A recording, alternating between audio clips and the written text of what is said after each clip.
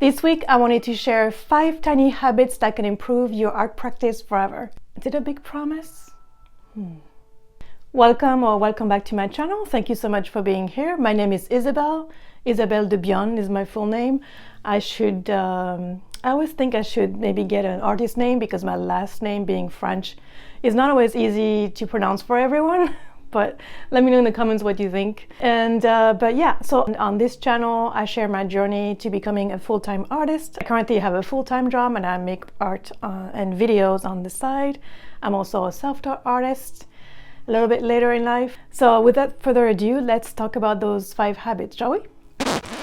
Before I get into each of those tiny habits, I wanted to explain why I think it's important, or it could be really helpful, because maybe as a self-taught artist, or maybe if it's been a while since you've made any art and you want to get back into it and perhaps, even make it a career down the line, it's good to establish that consistent art practice, because having consistency in your art practice will help you make art when you're not inspired.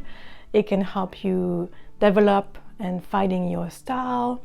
Also, it can help you develop a skill with a particular medium over time. Now, those habits are so tiny, they're really easy to integrate into your daily life, even if you're really busy already.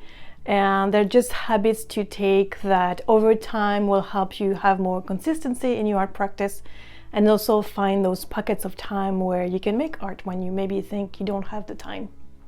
So let's get into it, shall we? So the first tiny habit is a doodle practice. This is something I've started doing this year. I draw a doodle in my planner every morning. In the calendar section, there's like a little square for each day of the month. And I draw a doodle. And what I like about that is it kind of sparks your creativity early in the day. Also, if you have just an initial idea, you can just do a little doodle as a reminder for later.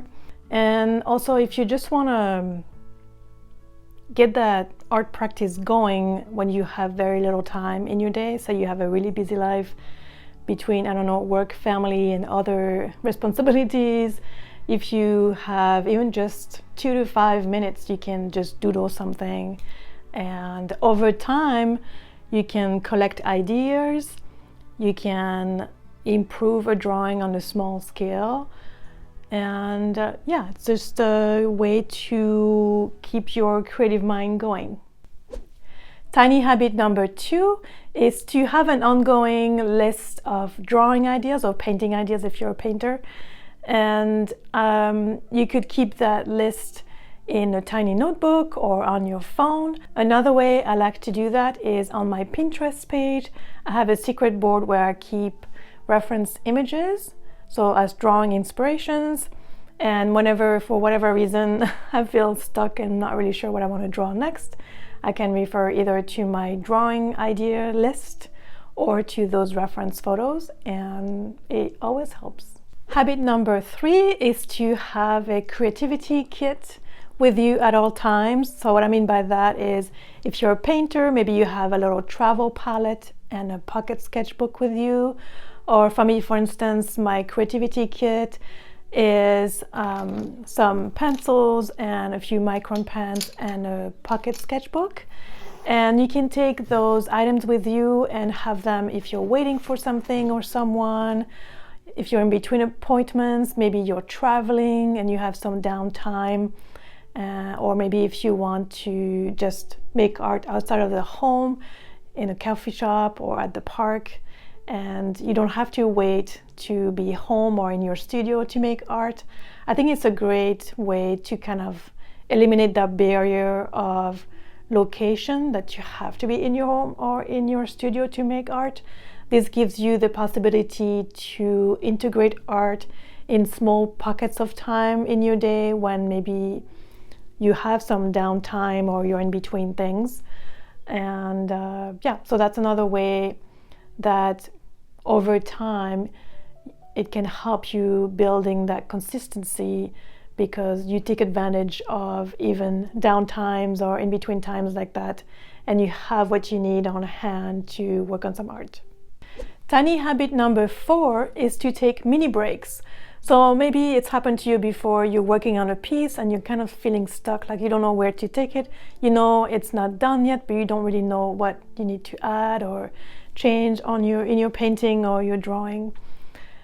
And I think the best way to get out of that rut is to just take a break. So it doesn't have to be an hour break. You can just take 5 or 10 minutes, and it's enough to kind of change your perspective. You know, go for a walk, even just stretching your leg also, because maybe if you're working on art a lot, you might be sitting a lot. So in any case, taking a break is also really good for your health. But mainly, you know, if you're feeling stuck on a drawing or an art piece that you're working on, taking a break can really help you kind of refresh your mind and get a new perspective. And then when you get back to your artwork, you might get those ideas to proceed further.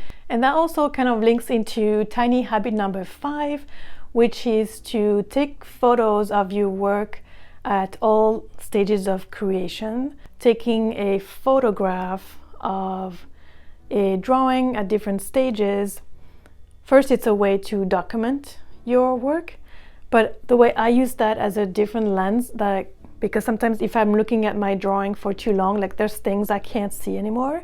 So I'll take a photo and I'm able to step back from my drawing, and there's the photo in between the drawing and my eye, if that makes sense. And then I'm able to maybe see what I'm not seeing and see where I need to work on certain areas. And yeah, so that's a process actually I use a lot. But it's also taking photos of your art at different stages. It also helps you keep track of your progress over time. And also that's something you can use on social media if you want to post progress shots of your artwork. Maybe if you're working on something really, really big, and you can just post snapshots of your art. And yeah. Thank you so much for watching the video, especially if you watched till the end. I hope you found this little video helpful. If you did, please give it a thumbs up. Please subscribe to my channel if you're not already. And I'll see you next week in a new vlog.